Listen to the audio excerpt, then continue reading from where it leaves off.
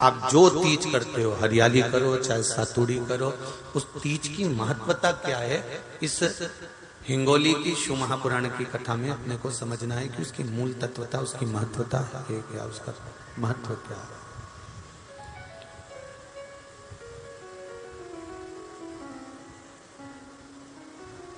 भगवान ब्रह्मा, भगवान विष्णु और भगवान शिव,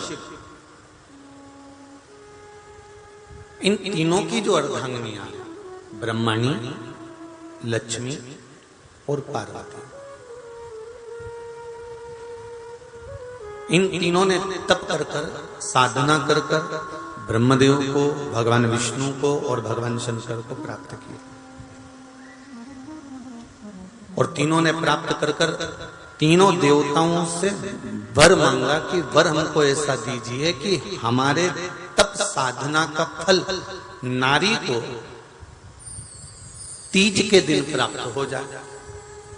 अब देखिए जरा, एक ही व्रत से, एक ही उपवास से उसको संपूर्ण तप साधना का फल प्राप्त हो रहा, संपूर्ण तप साधना का फल उसको मिल रहा है मात्र एक व्रत से। केवल एक व्रत कर रहे हैं और संपूर्ण तप साधना का फल उसको प्राप्त हो रहा है। ऐसा कोई व्रत, ऐसी कोई साधना, ऐसा कोई शंभो शरण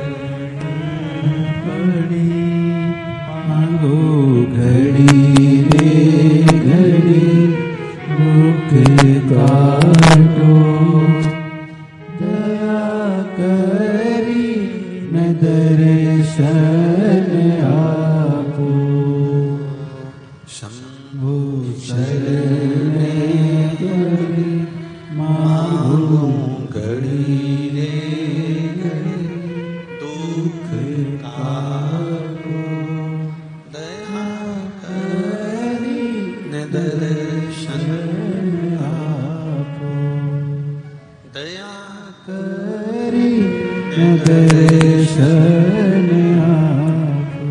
तो ब्रह्माणी ने ब्रह्मदेव से मांगा, लक्ष्मी जी ने भगवान विष्णु से मांगा, पार्वती जी ने भगवान शिव से मांगा कि ऐसा वर दे दीजिए जिस वर से एक ही व्रत करने से संपूर्ण फल की प्राप्ति हो जाए, संपूर्ण फल मिल जाए। ऐसा एक व्रत का फल दे दीजिए, मात्र एक व्रत का। अब देखिए, हरियाली तीज करने वाली माताएं थोड़ा ध्यान से सुनना।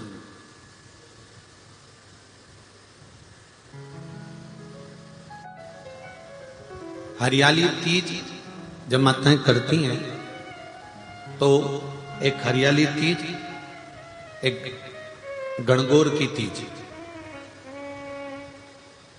ये दो तीज के व्रत ऐसे होते हैं जिसमें जब माताएं करती हैं तो उस समय पर उमा, ब्रह्मणी और लक्ष्मी, इन तीनों की आराधना का फल उसको केवल एक व्रत से प्राप्त हो जाता। अब देखिए दूसरा सातुड़ी तीज,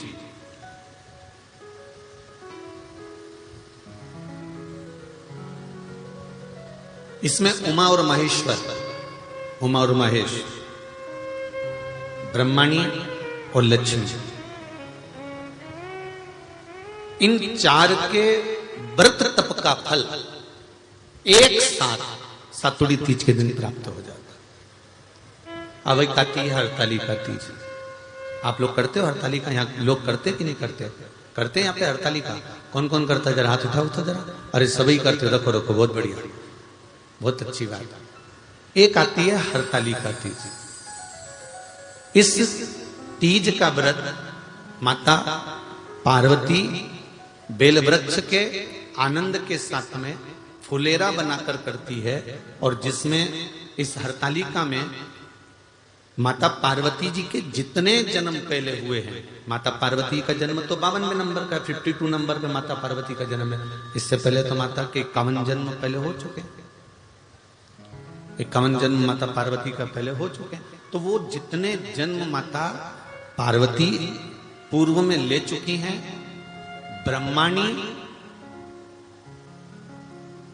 जितनी बार ब्रह्मदेव के साथ में विराजमान हो चुकी हैं, इंद्राणी जितनी बार इंद्र के साथ विराजमान हो चुकी हैं, और लक्ष्मी चाहे वो राधा के रूप में हो, चाहे वो रुक्मणी के रूप में हो, चाहे वो सतभामा के रूप में हो, चाहे वो यमुना के रूप में हो, चाहे वो गंगा के रूप में हो, जितनी बार माता लक्ष्मी ने रूप धारण करे हैं वो सब रूप में, और माता पार्वती अपने सारे रूप में, ब्रह्माणी अपने सारे रूप में, लक्ष्मी अपने सारे रूप में इस हड़तालिका तीज के व्रत को करने के लिए आतुर रहती हैं। और इस व्रत को कर कर एक दिन में ही संपूर्ण विश्व का जितना तप है, साधना है, उपवास है, सबका फल एक साथ एकत्रित कर लेती हैं केवल एक व्रत में, हड़तालिका तीज।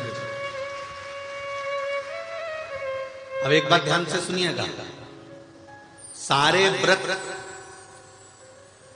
आपका अगर स्वास्थ्य खराब हो गया तो आप व्रत छोड़ सकते हो। जितने भी व्रत आप लोग कर रहे हैं पूर्व के, सोमवार, मंगलवार, एकादशी, छठ, पंचमी, चतुर्थी, अगर आपका स्वास्थ्य खराब है तो आप उस व्रत को छोड़ सकते हो, सारे व्रत को छोड़ सकते हो। पर तीज का जो व्रत होता है, हड़तालिका जो व्रत होता है, ये व्रत एक बार लेने के बाद जब प्राण छूटते हैं तभी ये व्रत समाप्त होता है, अन्यथा बीच में ये व्रत समाप्त नहीं। ये व्रत समाप्त होता ही नहीं।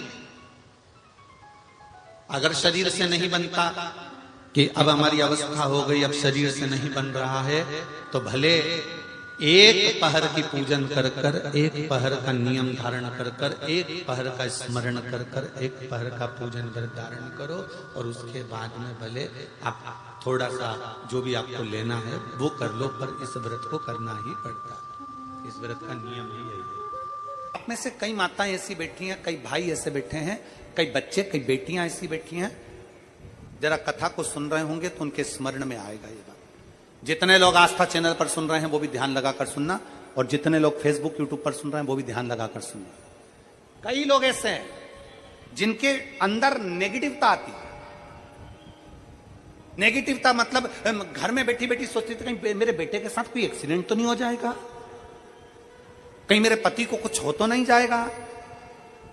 घर से निकल रही है पति के साथ, और निकलते समय तैयार होते होते मन में भाव उत्पन्न हो गया, कहीं हम जा रहे हैं और कहीं एक्सीडेंट हो गया तो, मेरा देवर गया उसके साथ ऐसा हो गया तो, मेरी देवरानी गई है उसके साथ ऐसा हो गया तो, ट्रेन से जा रही है तो ट्रेन में कुछ हो गया तो, गाड़ी से जा रही है तो गाड़ी में कुछ हो गया तो, मोटरसाइकिल से गया तो मोटरसाइकिल में कुछ हो गया तो, रात्रि को सो रही है तो भी उसके अंदर नेगेटिविटी है।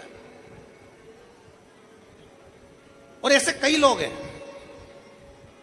भले नादगांव में भले ना होंगे, हम नहीं जानते, पर ऐसे कई लोग हैं। कई लड़के हैं, कई लड़कियां हैं, कई बेटे हैं, कई बेटियां हैं, कई बहुएं हैं, कई सास हैं, कई ससुर हैं, कई माता है, कई पिता, कई पुरुषों के मन में आ जाता है मैं फसल बो रहा हूं और मुझे ऐसा लग रहा है कि बिल्कुल नहीं होगी, अब की बार तो पीक आएगी नहीं, अब की बार तो ऐसा होगा। नेगेटिव मंदिर में बैठी है तो भी नेगेटिव आ रही है, उसको लग रहा है कि कुछ गंदा, उसको गंदा समझ में आ रहा है, उसको लग रहा है कि कुछ गंदा है। पूजन करने बैठी है, देवी जी की आराधना कर रही है, भगवान की भक्ति कर रही है, और उसके चित्त वृत्ति में कुछ गंदा आ रहा है, कुछ गंदे विचार आ रहे हैं, गंदी सोच आ रही है।